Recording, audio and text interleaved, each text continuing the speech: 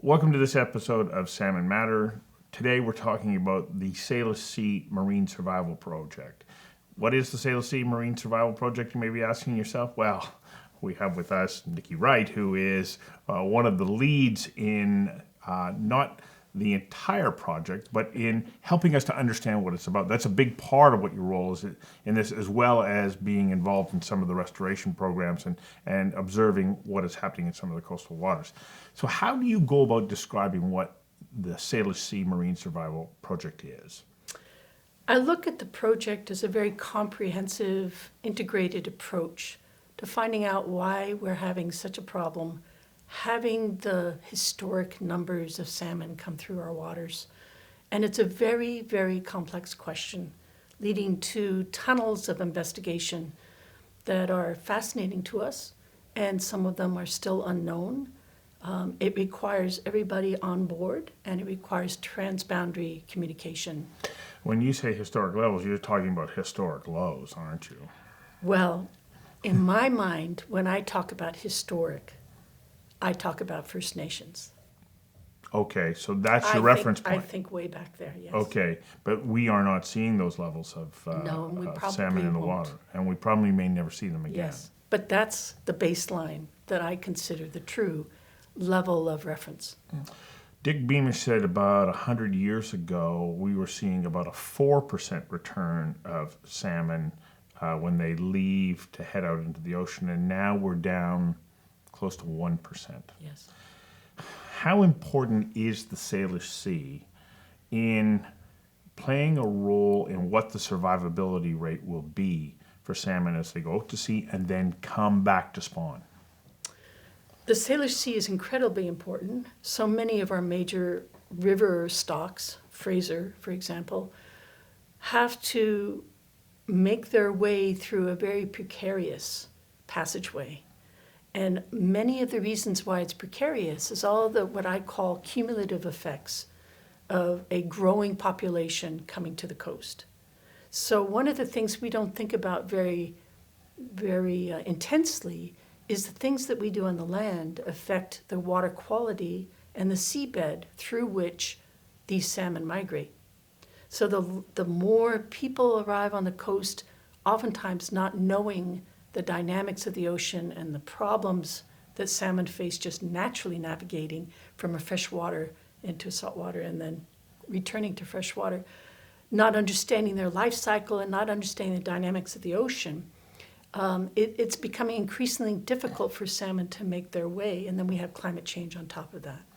You know, you talk about that migration, and I can't help but think about, we are talking about one of the great migrations in the world. The distances they travel, Yes. the changes in environment that they experience, and then the interference that has now compounded any of those natural challenges that they would have faced. I agree with you. It's quite extraordinary. Mm-hmm. So when we see them, come down the river and into the Salish Sea, and they're leaving, their spawning grounds as they're young smolts, one of the things that they need to be or need to have access to is appropriate eelgrass territory that gives them nutrients and allows them to hide from predators.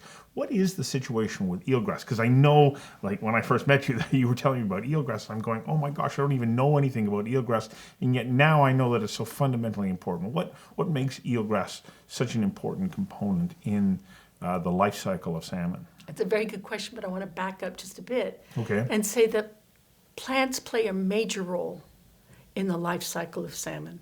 From the Not time, just eelgrass. That's yes. correct. And so why I bring that up is that it's a living system from which they come in from their natal streams, where the trees are overarching their spawning grounds. Mm-hmm. They might have a wetland that they travel through and start to become a little bit more robust. And then they might, if we're lucky, enter into an eelgrass bed, but that's not the end of the story. Then they deeper waters, where it's cold, upwelling waters, they'll enter into a kelp forest and then into the deeper ocean. So I just want to bring that up because it's a living system that's all interconnected. Not only is the land connected to the ocean and estuaries, but the plants create that segue for the salmon to migrate through. And I did choose eelgrass primarily because it lives so close to humans. And humans have some big part in keeping the water quality in the seabed in such a state that eelgrass can flourish. Right. So what are some of the things that we have been doing that have been damaging those eelgrass beds? Well, eelgrass, first of all, is, as you mentioned, a place for food, a refugia from predators, away from heavy wave action, and a temperature stabilizer, as well as a carbon sink, which most people don't think about. So it brings carbon out from the atmosphere and releases oxygen. So both for us and for the salmon, eelgrass have a huge function. The way that we are affecting it, myriad ways. Yes. One of them is over water structures like docks and wharves. So I'm always talking about community docks, which is not the most popular subject to bring up. Hardening of the shoreline, which is building seawalls that prevent wave action to create erosion. You know, that erosional problem is increasingly a problem, a predicament for shoreline residents. But at the same time, it changes the habitat in front of the seawall and puts the sediment right on top of the eelgrass, which makes it patchier, if not disappearing. So we have all these accumulative effects. Okay, so that happens when you harden the That's shoreline. Oh, okay. We have fertilizers coming down from lawns and agricultural areas, pesticides, herbicides, sediment coming down. When we clear cut hillsides, all that sediment comes directly into estuaries where that eelgrass is trying to reach for the light. And if the water quality is impeded, or if the seabed is affected by such things as log storage, over a long period of time, the seabed is changed physically, biologically, and chemically. Is that because, as you had said, as the eelgrass tries to reach for the light isn't there because it's been, a shadow has been cast across? Exactly. Ah, okay. Or there's just too much sediment suspended in the water column for those plants to and it is a perennial, so it depends on that water quality all year round. Wow. Okay.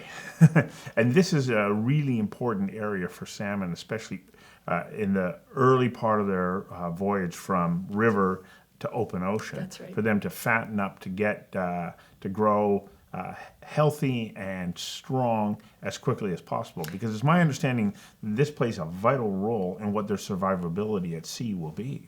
Take the Chinook. Yeah. The Chinook have to become much more robust in a very short period of time. Say 4 months from the time they leave that natal stream into hopefully a kelp forest, they have to become large fish so they're not preyed upon. And one of the problems, say in the Cowichan, is the eelgrass has disappeared from the near shore. So when they're coming down the Cowichan at Coxsala, they have no place to hide from predators. They have to make that beeline straight into deeper waters where their predators are waiting for them, and also the seals, right?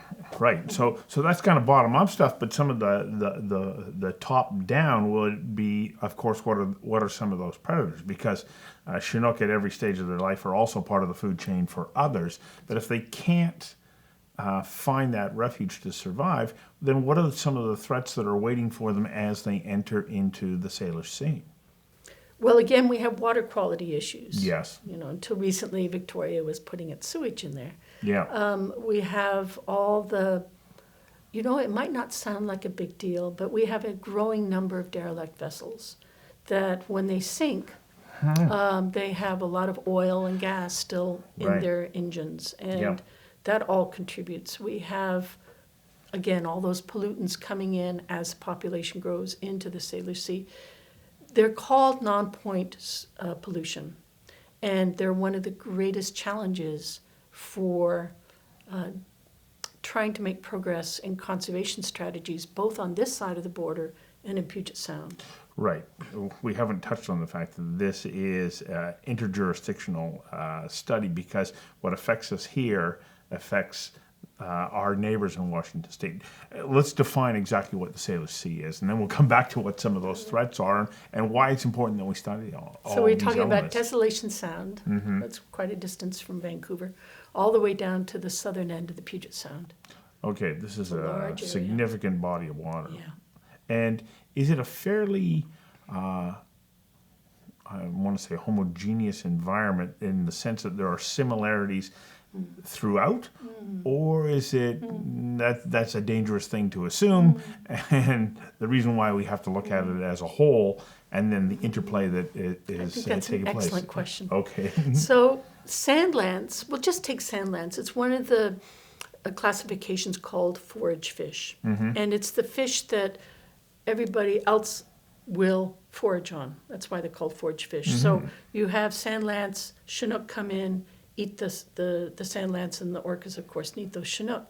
They spawn on intertidal areas in the winter months when there's high tides. To do that, they have a certain grain size of sand.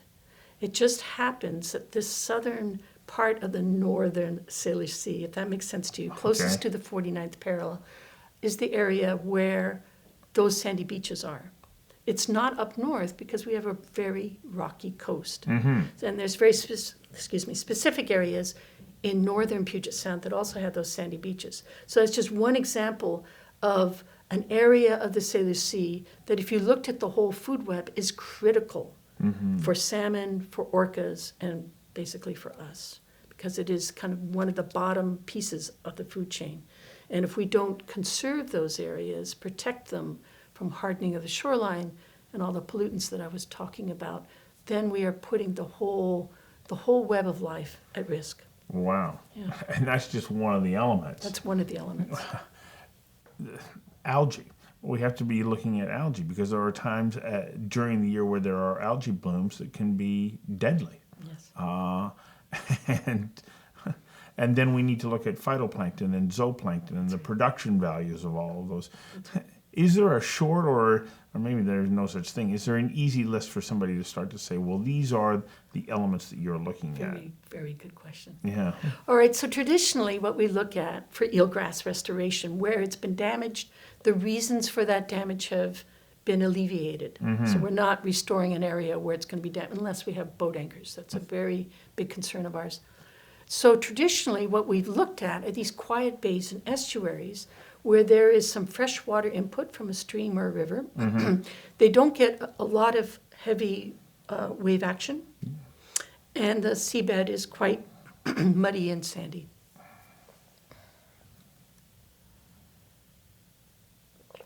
Those have been the traditional places. We have climate change.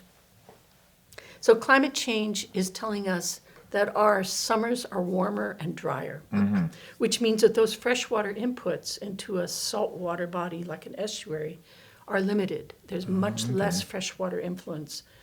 The waters are becoming warmer. The sea surface temperature in the Strait of Georgia has been known to be increased by 4 degrees centigrade, which is a humongous increase. So we have warming waters, we have less freshwater influence. Those are perfect conditions for what we call wasting disease of eelgrass. And this is the disease that wiped out eelgrass on the on the eastern seaboard during the 30s. And so it's my opinion, and I think it can be backed up by science, this wasting disease is always present in eelgrass, but we're kind of reaching that tipping point where we have all these nutrients coming into these still waters. So that's causing the algae blooms.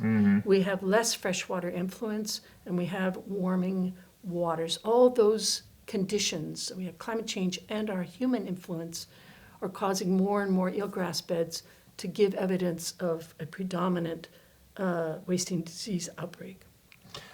Wow. And so that then, of course, leaves those young, maturing salmons vulnerable to predation, to disease, and starvation, because you're not going to have the same food production in that area either. So it all sounds very dismal. It sounds yes, very it does. dismal. It sounds like, okay. So what do we have in our power? Yes. Not only to deal with the nutrients, we could maybe use less fertilizers or use compost instead. We could time the application of fertilizers on our agricultural lands so that it doesn't coincide with heavy rainfall. Those are things that are very controllable. We can look at the quality of the stormwater discharges that are happening into estuaries. So cumulative effects from the land we have control over. Yes. Climate change is a much more slower moving train that's headed right for our coasts. We know this. But if we can lessen our footprint in the cumulative effects department, I actually believe that we have a chance to bring up the level of resiliency that, so what do I mean by that? It's the resistance and the ability to recover from disturbance of that eelgrass to say, okay, I have better water quality. I can start moving shoreward as the sea level rises. Yeah. There's no wall there to prevent me from moving towards the shore. Yes. So we do have control. There is hope if we can get ourselves and our behavior a little bit more in line with the natural cycles. So you talked about restoration. What is it that we can do as humans to help to enhance nature's ability to regrow eelgrass in areas where it's been depleted?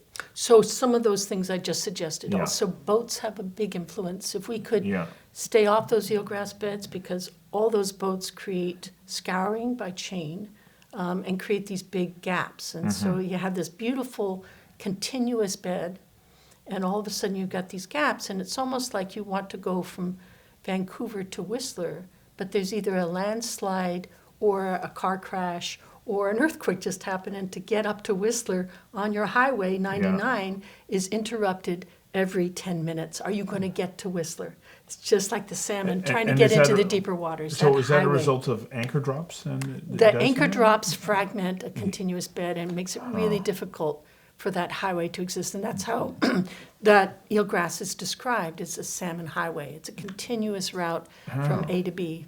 Right? Good metaphor. Yeah.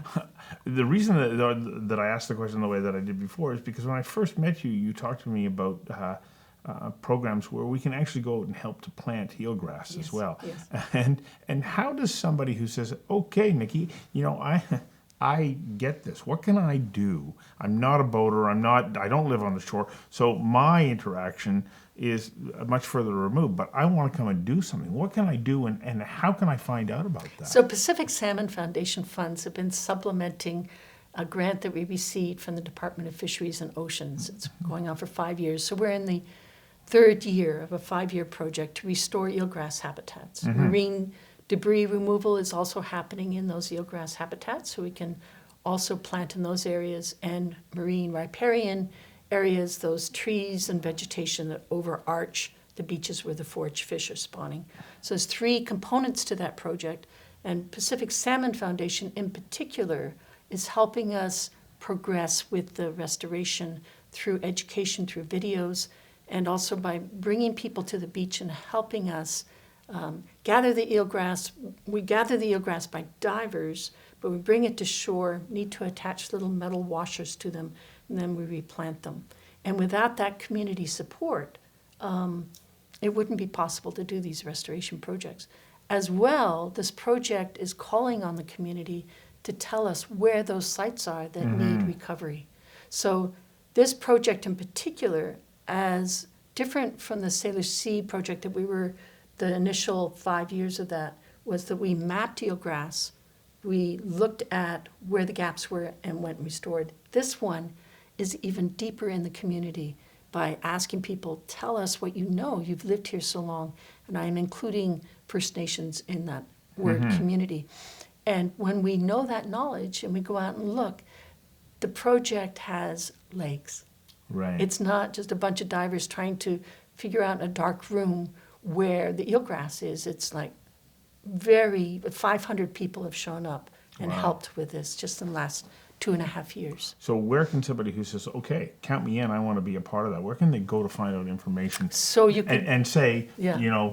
reach out to me and I'll be there. That's right. So we have 4 areas we're working in. We have Howe Sound, Burrard Inlet, Seashell Inlet, and the Gulf Islands. In each of those areas, there is a regional coordinator who is helping us organize the community to come out and help us with the restoration. They can contact me directly, and then I will lead them to the regional coordinator in their area. And they can get your contact information on the website. That's correct. Okay, let's talk about what are some of the scientific projects that are also underway that are connected to the Salish Sea Marine Survival Project. I think one of the most exciting ones is looking at disease and looking at how it's transmitted, where the sources, what are the tipping points, how are fish doing in these times of warming waters, acidification, sea level rise, that these diseases more than likely will be increased because the stress levels. So I like the word tipping point because we have, brought up the level of resistance to disease, lowered it actually. So lowered the immune system so that disease is more prevalent. So from the Marine Survival Project, I find one of those research areas extremely exciting and very cutting edge. Are you talking about HSMI, the head skeletal muscle inflammation That's that we're one of seeing? them, yeah. What are some of the other I don't pathogens? know. I can't tell you but that. it's my understanding, that when a fish becomes sick, like it may not necessarily be fatal on its own, but the moment they become sick, they're not going to be as robust, and they may not be able to move as quickly to evade predators. So they become susceptible to early death or a demise, because when the Northern Expedition was out at sea, they were finding fish and they were going, well, there wasn't much evidence of these pathogens in the fish. Okay, is that because they didn't make it? And this is the problem. And so if not enough fish are making it out to sea, then the numbers coming back are reduced. That's right. So we're talking an awful lot right now about the importance of the Salish Sea in helping those young salmon as they're on their journey out. But what role does the Salish Sea play when they're coming back? Because that's part of the migration loop. You go out to sea and then you come back, which I find absolutely extraordinary. They started to discover fish that are like thousands of kilometers away from home. That's amazing migration. And then they come home, but they're coming back through the same environment. Yes. And how are the changing conditions impacting them on their way home? The changing conditions of the oceans. No, of the Salish Sea, with the warming, with the depletion of the So eelgrass. still that stress level is so high that anything else besides those warming waters is just, the analogy I use is that I feel like the natural world has AIDS. And AIDS is an autoimmune disease in sense of it's if the ecology of the area that we're living in, the Salish Sea, is a body of water that is going through all this stress, then the things that are traveling through it and trying to grow in it are having just a tremendous amount of energy put out just to stay alive, much less deal with the challenges. And so those tipping points that I mentioned before are the same as going out of the stream as returning to the stream. And they're still there, and we have to get on board very quickly with changing our behavior, and primarily with our attitude of what does the Salish Sea mean to us? Yes. And if we can get to the root of the problem, which is not the salmon, and it's not the fertilizers, and it's not basically climate change, the root of the problem is that we have been looking at the world as a place to exploit for a very long time and not in relationship with it. If we can heal that piece of it, we have it fixed. Yeah. It's what's happening in the community of people that are coming to these restoration projects that are the meat, the essence of this project. It's not how much eelgrass shoots we plant. It is communities coming together and finding out, we are connected. These are the things that mean both to ourselves and ourselves to the habitat. Jason Wang, who is now the vice president for salmon at the Pacific Salmon Foundation, said, thankfully salmon are incredibly resilient. But if you keep sort of ticking all the boxes so that they're working against salmon, well, then we are definitely reducing the likelihood of survivability. With the work that you're doing with the Salish Sea Marine Survival Project, do you believe that we're starting to hopefully tick the boxes the other way that are going to be to the benefit of salmon? Please tell me you're hopeful that we can do something. Okay. I mean, I wouldn't be doing this work if I wasn't hopeful. Yeah.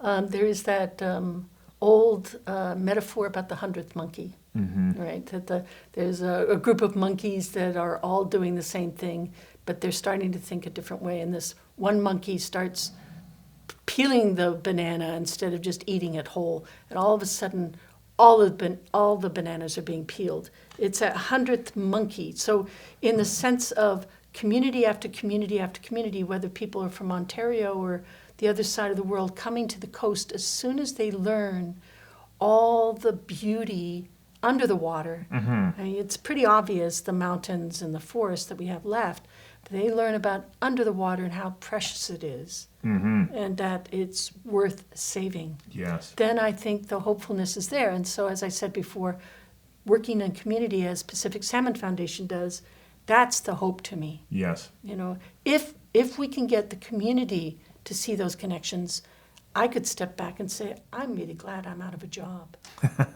Because restoration is the end game. Right. And so that comes down to all of us, when we do something, we have to take into consideration. And it seems odd if you say, well, I live in a landlocked, or what I think is a landlocked community. How is this having an impact on salmon? But you don't know whether or not what that spawning ground is just down the road and around the corner. That's right. And what you're doing may have an impact. And then when you think about the extraordinarily